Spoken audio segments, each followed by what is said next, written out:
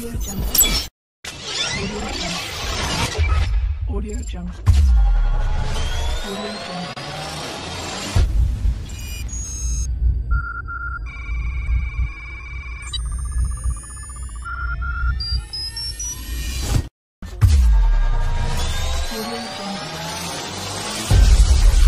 Audio Jungle.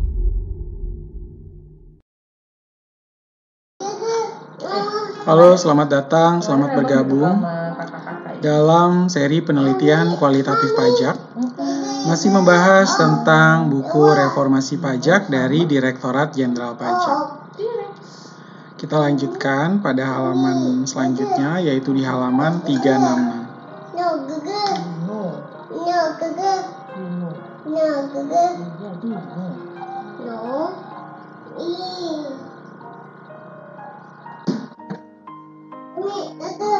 Surat ketetapan pajak kurang bayar tambahan. Pada pasal 15 Undang-Undang Nomor 28 2007 diatur bahwa DJP juga dapat menerbitkan surat pajak kurang bayar tambahan dalam jangka waktu 5 tahun setelah saat berutangnya pajak atau berakhirnya masa pajak, bagian tahun pajak atau tahun pajak. Jika DJP menemukan data baru yang dapat mengakibatkan penambahan jumlah pajak yang terutang setelah tindakan pemeriksaan dalam penerbitan surat ketetapan pajak kurang bayar tambahan. Selanjutnya, pasal tersebut juga menyebutkan bahwa dalam 5 tahun setelah saat terutangnya pajak atau berakhirnya pajak, bagian tahun pajak atau tahun pajak, WP harus melunasi jumlah kekurangan pajak yang terutang dalam surat ketetapan pajak kurang bayar tambahan, ditambah dengan sanksi administrasi berupa kenaikan sebesar 100% dari jumlah kekurangan pajak tersebut. Sanksi ini dihapus jika data baru tersebut merupakan inisiatif dari wajib pajak. Pada pasal 15 ayat 4 disebutkan bahwa setelah 5 tahun, jika WP melakukan tindak pidana di bidang pajak atau tindak pidana lain yang menimbulkan kerugian pada pendapatan negara berdasarkan putusan pengadilan yang telah mempunyai kekuatan hukum tetap. Sanksi bagi WP tersebut ditambah sanksi administrasi berupa bunga sebesar 48% dari jumlah pajak yang tidak atau kurang dibayar. Pada Undang-Undang Cipta Kerja pasal 15 ayat 4, Undang-Undang Nomor 28 2007 ini dihapus, sehingga tambahan sanksi juga otomatis dihapus. Penghapusan juga dilakukan pada pasal 13A pada Undang-Undang Nomor 28 Tahun 2007. Pasal tambahan pada Undang-Undang Nomor 28 ini berisi sanksi kepada wajib pajak yang karena kealpaannya tidak menyampaikan SPT atau menyampaikan surat pemberitahuan, tetapi isinya tidak benar atau tidak lengkap atau melampirkan keterangan yang isinya tidak benar sehingga dapat menimbulkan kerugian pada pendapatan negara. WP tersebut tidak dikenakan sanksi pidana apabila kealpaan tersebut merupakan yang pertama kali dilakukan. WP tersebut juga wajib melunasi kekurangan pembayaran jumlah pajak yang terutang beserta sanksi administrasi berupa kenaikan sebesar 200% dari jumlah pajak yang kurang dibayar yang ditetapkan melalui penerbitan SKPKB, Klaster Undang-Undang Pajak Daerah dan Retribusi Daerah. Untuk menciptakan lapangan kerja sekaligus pekerjaan yang layak, pemerintah perlu menata kembali dan mensinkronkan peraturan di tingkat pemerintah pusat dengan pemerintah daerah untuk memberikan kemudahan berusaha. Presiden Jokowi berulang kali menyatakan pentingnya mengurangi regulasi yang tumpang tindih, yang kerap membuat rumit dalam proses pengambilan keputusan. Berkali-kali pula Presiden Jokowi menginginkan agar aturan yang tumpang tindih dan berbelit-belit itu bisa dipangkas. Hal ini berlaku mulai dari aturan setingkat undang-undang, peraturan presiden, peraturan menteri, hingga peraturan daerah. Dia juga pernah meminta Menteri Dalam Negeri untuk menata kembali peraturan gubernur, bupati, wali kota yang masih tumpang tindih dengan aturan di atasnya. Dalam Undang-Undang Cipta Kerja, Penataan regulasi ini salah satunya tercantum pada bagian ke-7 tentang pajak pasal 114. Pasal ini mengubah dan menambah sejumlah ketentuan dalam Undang-Undang Nomor 28 2009 tentang pajak daerah dan retribusi daerah. Salah satu yang penting adalah penambahan bab 7A di antara bab 7 dan bab 8 Undang-Undang Nomor 8 2009. Bab ini mengatur kebijakan fiskal nasional yang berkaitan dengan pajak dan retribusi. Dalam Undang-Undang Cipta Kerja di antara pasal 156 dan pasal 157, Undang-Undang Nomor 28 2009 tentang pajak daerah dan retribusi daerah, disisipkan dua pasal baru yaitu pasal 156A dan 156B.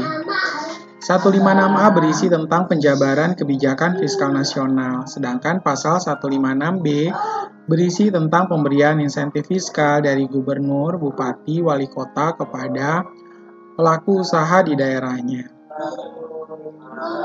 Dalam aturan pelaksanaan Undang-Undang Cipta Kerja, yakni Peraturan Pemerintah Nomor 10 2021 tentang pajak daerah dan retribusi daerah dalam rangka mendukung kemudahan berusaha dan layanan daerah.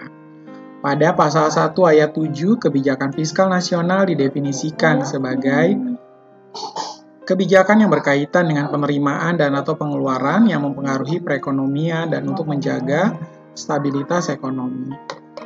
Bunyi selengkapnya pasal 156A Undang-Undang Cipta Kerja adalah dalam rangka pelaksanaan kebijakan fiskal nasional dan untuk mendukung kebijakan kemudahan berinvestasi, serta untuk mendorong pertumbuhan industri dan atau usaha yang berdaya saing tinggi, serta memberikan perlindungan dan pengaturan yang berkeadilan.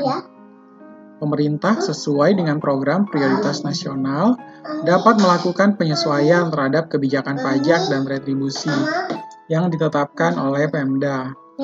Kebijakan fiskal nasional yang berkaitan dengan pajak dan retribusi, sebagaimana dimaksud pada ayat 1 berupa dapat mengubah tarif pajak dan tarif retribusi dengan penetapan tarif pajak dan tarif retribusi yang berlaku secara nasional, dan pengawasan dan evaluasi terhadap peraturan daerah mengenai pajak dan retribusi yang menghambat ekosistem investasi dan kemudahan dalam berusaha. Ketiga, penetapan tarif pajak yang berlaku secara nasional sebagaimana dimaksud pada ayat 2 huruf A, mencakup tarif atau jenis pajak provinsi dan jenis pajak kabupaten atau kota yang diatur dalam pasal 2. Penetapan tarif retribusi yang berlaku secara nasional sebagaimana dimaksud pada ayat 2 huruf A mencakup objek retribusi sebagaimana dimaksud dalam pasal 108. Kelima, ketentuan mengenai tata cara penetapan tarif pajak dan tarif retribusi yang berlaku secara nasional sebagaimana dimaksud pada ayat 1 diatur lebih lanjut dalam peraturan pemerintah. Sementara itu, pasal 156B berisi tentang pemberian insentif fiskal dari Pemda kepada pelaku usaha. Isi selengkapnya pasal 156B adalah dalam mendukung kebijakan kemudahan berinvestasi, gubernur, bupati, wali kota dapat memberikan insentif fiskal kepada pelaku usaha di daerahnya. Insentif fiskal sebagaimana dimaksud pada ayat 1 berupa pengurangan, keringanan, pembebasan, atau penghapusan pokok pajak dan atau sanksinya. Insentif fiskal sebagaimana dimaksud pada ayat 2 dapat diberikan atas permohonan WP atau diberikan secara jabatan oleh kepala daerah berdasarkan pertimbangan yang rasional. Pemberian insentif fiskal sebagaimana dimaksud pada ayat 2 diberitahukan kepada DPRD dengan melampirkan pertimbangan kepala daerah dalam memberikan insentif fiskal tersebut.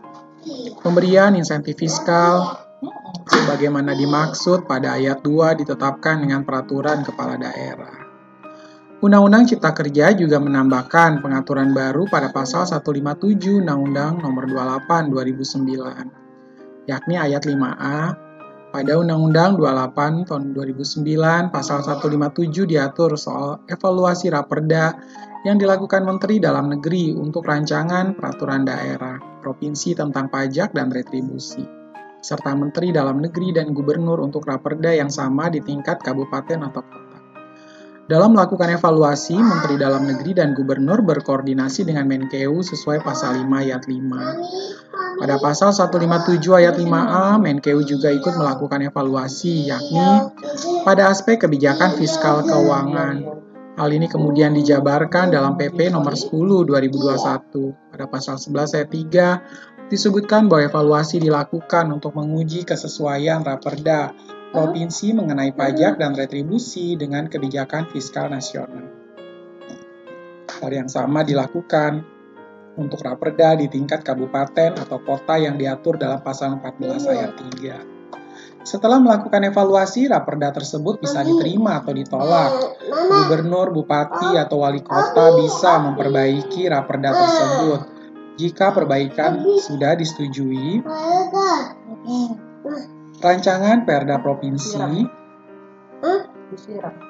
kabupaten atau kota mengenai praktek dan retribusi tersebut dapat diproses sesuai dengan ketentuan peraturan perundang-undangan. Pasal 16 PP nomor 10 2021 mengatur soal Menkeu melakukan evaluasi atas Perda mengenai pajak dan retribusi. Hasil evaluasi lalu merekomendasikan untuk dilakukan perubahan atas Perda mengenai pajak dan retribusi kepada Menteri Dalam Negeri. Berdasarkan rekomendasi tersebut, Menteri Dalam Negeri menyampaikan surat pemberitahuan kepada Gubernur, Bupati, dan Wali Kota. Surat ini paling sedikit memuat pelanggaran dan atau ketidaksesuaian Perda mengenai pajak dan retribusi. Rekomendasi perubahan Perda mengenai pajak dan retribusi, dan rekomendasi penghentian pemungutan pajak dan atau retribusi. Menteri Dalam Negeri dan Menteri Keuangan juga memiliki tugas memantau dan mengawasi pelaksanaan pemerintah daerah pajak dan retribusi. Rekomendasi atas hasil pemantauan dan pengawasan sama dengan rekomendasi evaluasi. Pasal 21 PP nomor 10 2021 mengatur soal dukungan insentif pelaksanaan kemudahan berusaha. Jika pelaksanaan penyederhanaan perizinan berusaha menyebabkan berkurangnya pendapatan asli daerah yang bersumber dari pajak dan retribusi, pemerintah pusat dapat memberikan insentif anggaran bagi pemerintah daerah. Dukungan tersebut dapat diberikan berupa transfer ke daerah. Selanjutnya, bab 16 strategi perpajakan di tengah badai. Tengah badai COVID-19.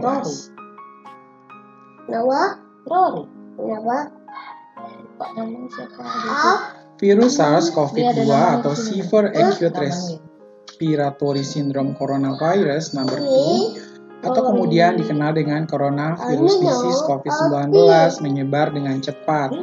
Hanya 1 bulan setelah kasus pertama terkonfirmasi di Wuhan, China, pada akhir Desember 2019, ditemukan 106 kasus baru terkonfirmasi di 19 negara. 12 negara di Asia, 4 negara di Eropa, 2 negara di Amerika Utara dan Australia. Pada saat yang sama, di China sendiri sudah ada 9.720 kasus dengan 213 kematian.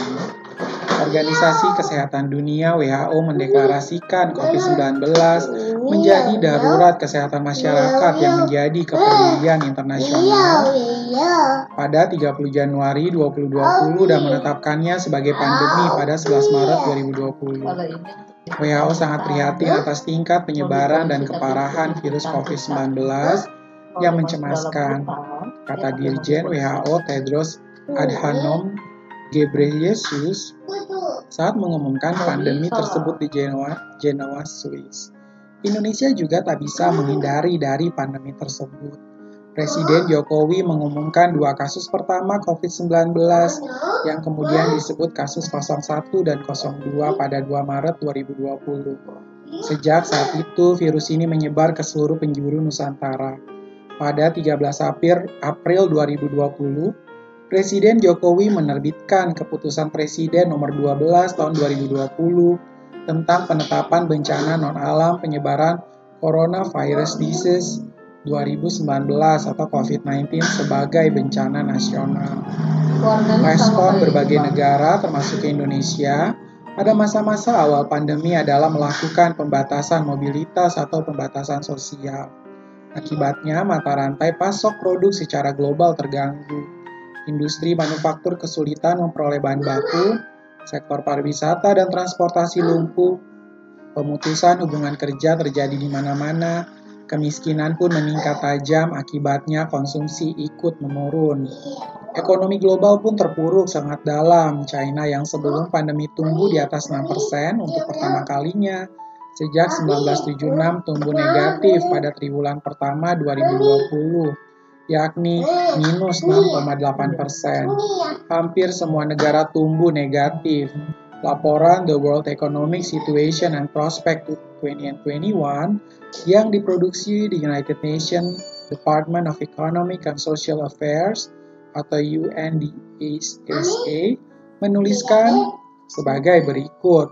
Governments around the world responded rapidly and boldly to stem the health and economic contagion of the crisis. Fiscal and monetary stimulus packages were quickly rolled out to save the economy. The crisis responses, however, entitled difficult choices between saving lives and saving livelihoods, between speed of delivery and efficiency, and between short-term cost and long-term impacts. Selain itu, masih menurut Departemen Urusan Sosial dan Ekonomi PBB ini, banyak negara berkembang memiliki ruang fiskal terbatas dan sebaliknya tingkat utang publik yang tinggi.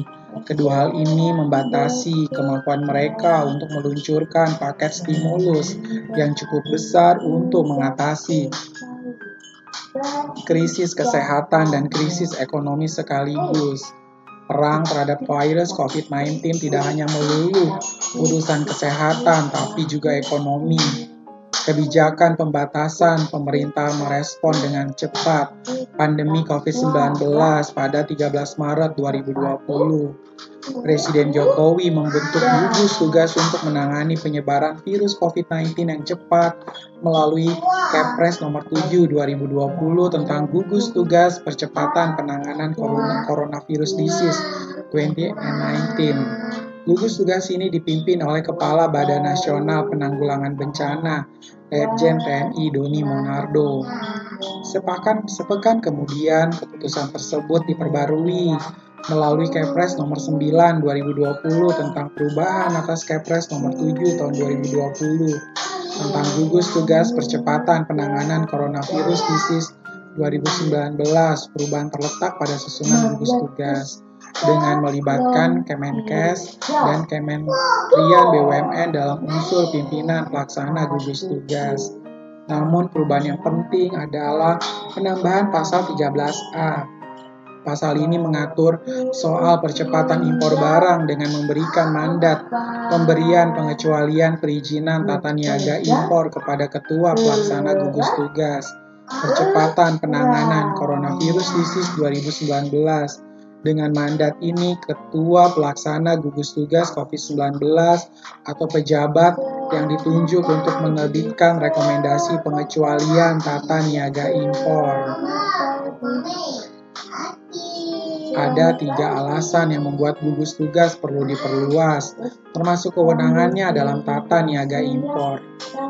3 alasan itu adalah penyebaran virus COVID-19 yang kini meluas dan berdampak pada aspek sosial, ekonomi, kesehatan, serta kesejahteraan masyarakat.